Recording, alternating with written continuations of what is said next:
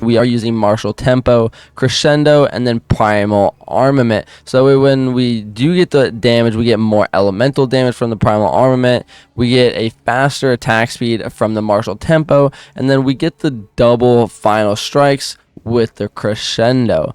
And then we are using combat frenzy, Herald of Thunder, and Herald of Ice, those two staples, heralds, as well as combat frenzy, allowing those frenzy charges to become a power charge, so we don't have to worry about getting any culling strikes from siphon strike or the killing palm, stuff like that. And then we are running Unbound Avatar. We're not using meditate in this build to get an absurd amount of energy shield. We are using Unbound Avatar though, just so that way we can get the extra 40% elemental damage, and then also the 80% extra elemental ailment build up on all of our enemies. So this works great for bosses, and it lasts for 10 seconds.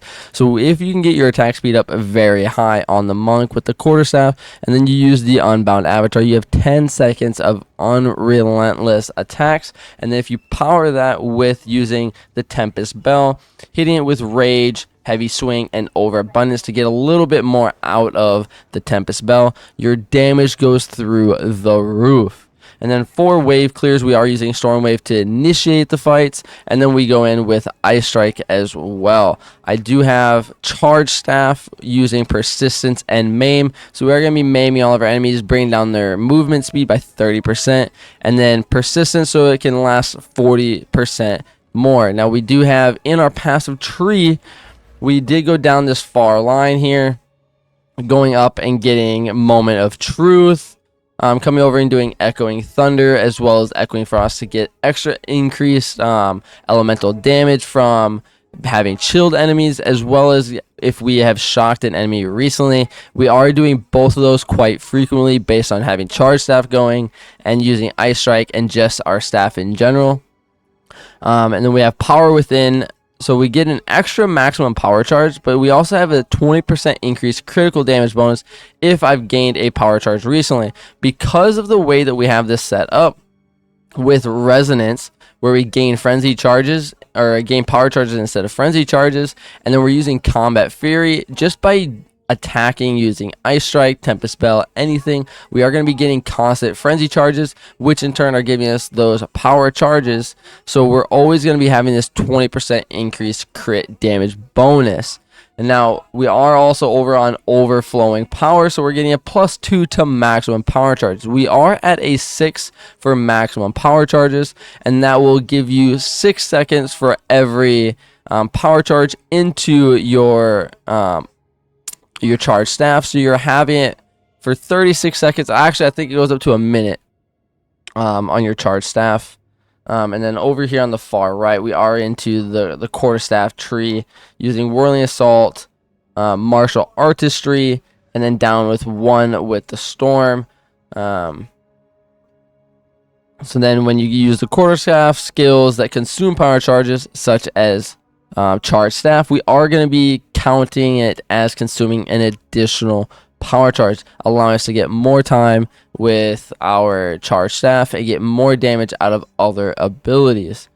Now I am going down the tree here to get more evasion rating, and then going in and getting a little bit more attack speed from right here, the attack speed and dexterity. And then on Falcon Technique, we get 1% increased attack speed per 15 dexterity. Currently on our dexterity, we are at a 115, so that's about 10. I guess that's about, what was that, 8 percent there.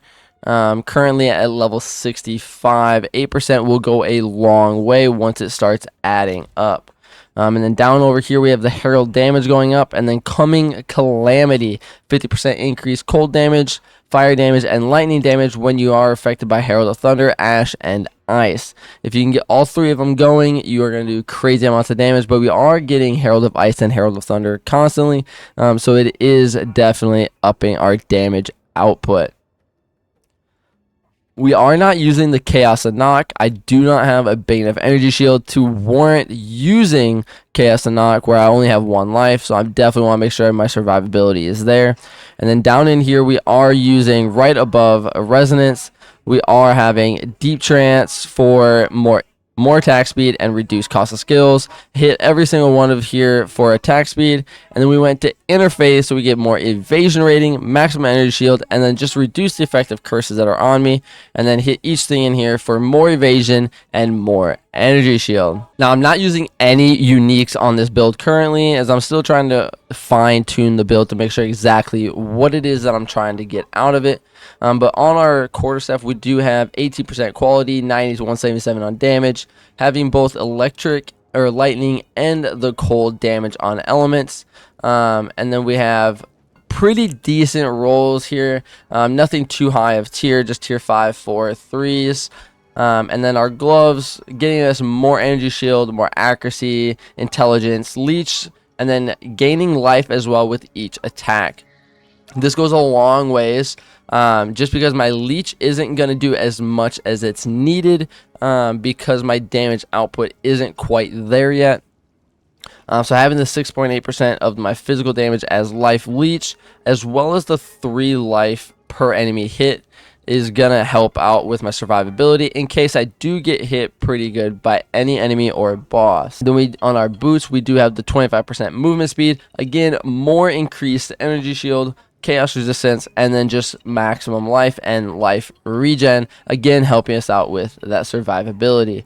And then over here on our chest piece, we have 2 different resistances, 31% for cold, 25% for fire, 30% on reduced attribute requirements, more life, and then increased energy shield. Is very needed to just keep on increasing the energy shield on a monk, especially if you're going to go the chaos and knock route. Using the Queen of Filth as an example of what the build can do currently, we are going to be just trying to get the Tempest Bell down as soon as possible. Because once the Tempest Bell is down, then we can kind of get everything rolling. Hit the charge staff, freeze, Tempest Bell. Now we're going to just kind of start doing some damage here. And it just pretty much just recycled itself.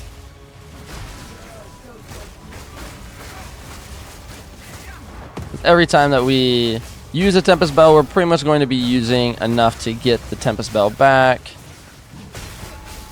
And it's a constant freeze, very easy to deal with bosses, as long as you're able to get the initial freeze on them to start the Tempest Bell, just that whole cycle. Yeah. I'm thinking about playing it.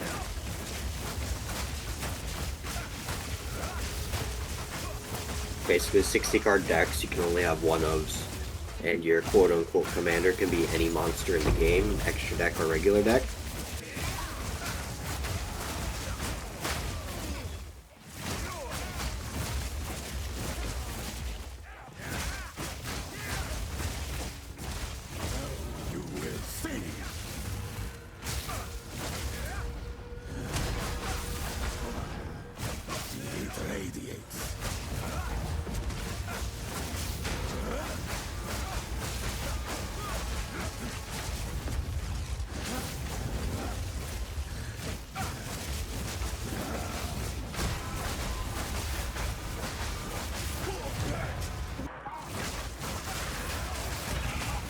Close again.